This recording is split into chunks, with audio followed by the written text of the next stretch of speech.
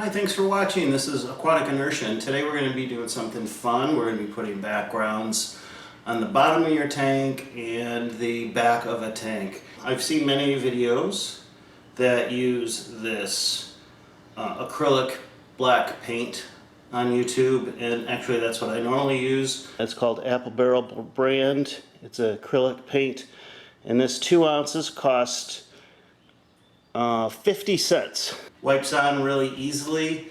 You can use a sponge brush, a regular paintbrush, and there's lots of YouTube videos out on how to do this with the bottom of your tank mainly, and the back of the tank as well.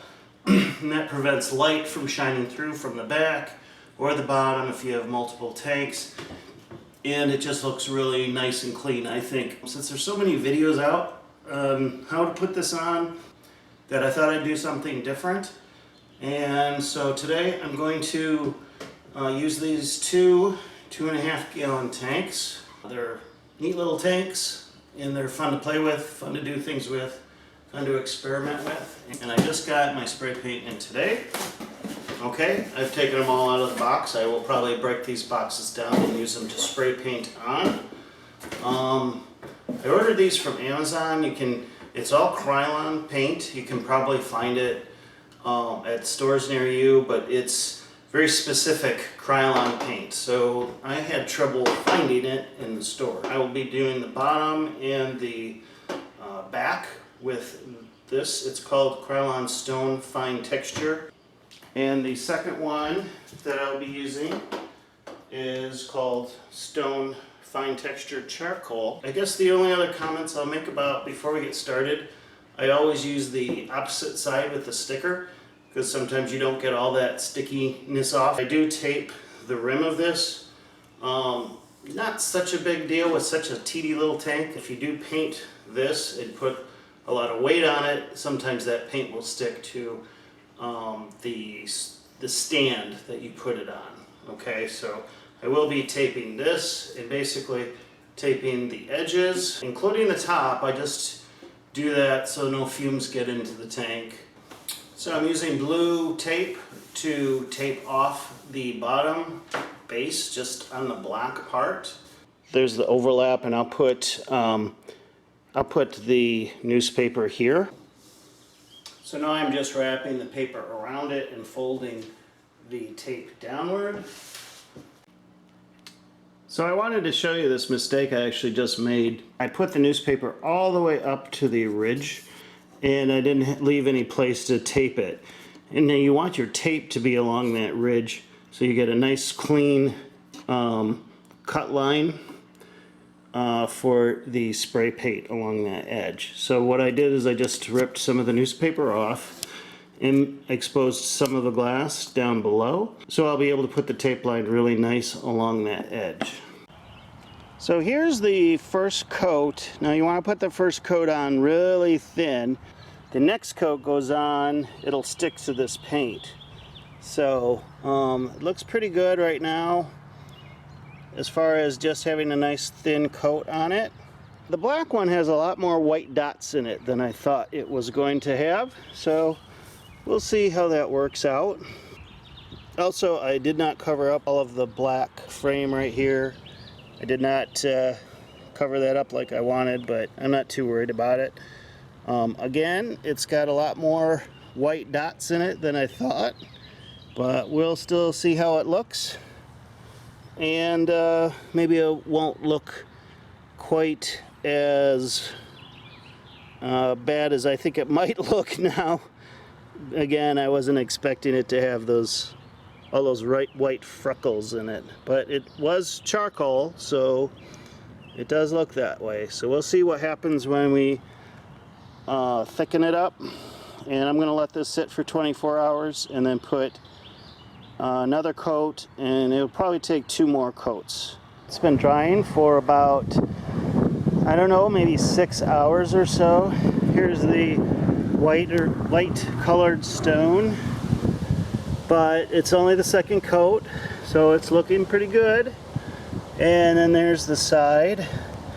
One thing that's easier to spray paint because you can do the side and the bottom at the same time.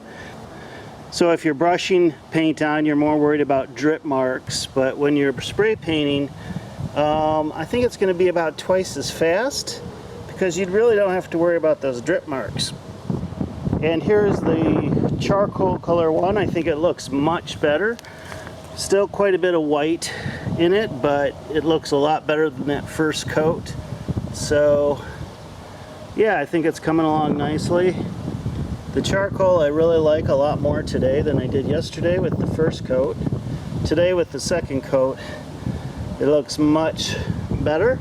It's pretty dry. It's a hot day today, so I might put another coat on here in just a little bit, and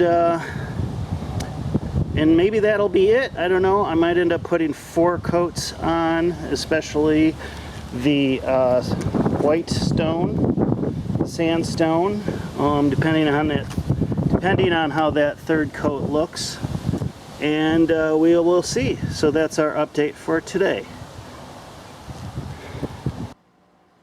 Okay, well, we're finished spray painting, and now it's time for the big reveal. I'll put water in them with an aquarium light over the top, and we'll see how they look.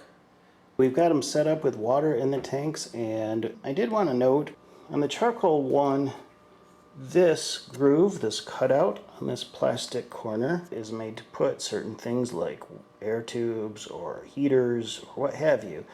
Should actually go in the back. So on this one, it is on the front because I painted on the wrong side. You want to make sure that the cutout is on your painted side no matter which side the sticker is on. Something just to watch out for. Okay, so they're all set up. I have filled them with water, and in the black background tank I've put several different colors of substrate in them just to give a little bit of a contrasting look to see how each substrate would look against the black background. So let's look at that one first. I think it looks pretty good. I see some ripples in the background in the paint itself that I wasn't expecting to be there. I thought I did a good job of putting the paint on thin, but I think there's some spots that are thicker than other spots. Here's the black sand. It's it is Imaginatarium, but that black sand looks pretty good against it. So many tiny bubbles. I apologize for that. I'm not sure how that's going to look in the video. Here is some white substrate.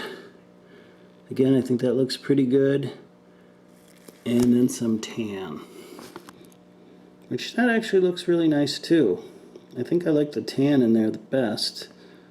Usually I like black backgrounds with white substrate. That's kind of what I like to do in a lot of my tanks. But I think because it's kind of freckled with those white dots in the background, I kind of like the different colors, the different shades of tan. Here's the limestone. I'm not sure if the camera's picking them up or not, but believe me, there's a lot of ripples in that background. Not too bad. I still think I prefer the charcoal over the limestone, but these are be nice, fun little tanks for betas and also for planting. So I'll get good use out of these tanks. Again, it was fun to do. It's fun to try something new, and I like to experiment with different things. After all, it's the outside of the tank. We don't have to worry about the water being affected by the substance we use. I encourage you to get as creative as you wish with all your tanks, and let me know in the comments section what you like best here. Do you like the charcoal? Do you like the limestone? Or maybe you have a preferred background of your own that you like. Maybe something totally different that not too many people know about in the aquarium hobby. So let me know. Thanks for watching, and please consider liking this video and subscribing to this channel in support. And we'll see you next time on Aquatic Inertia.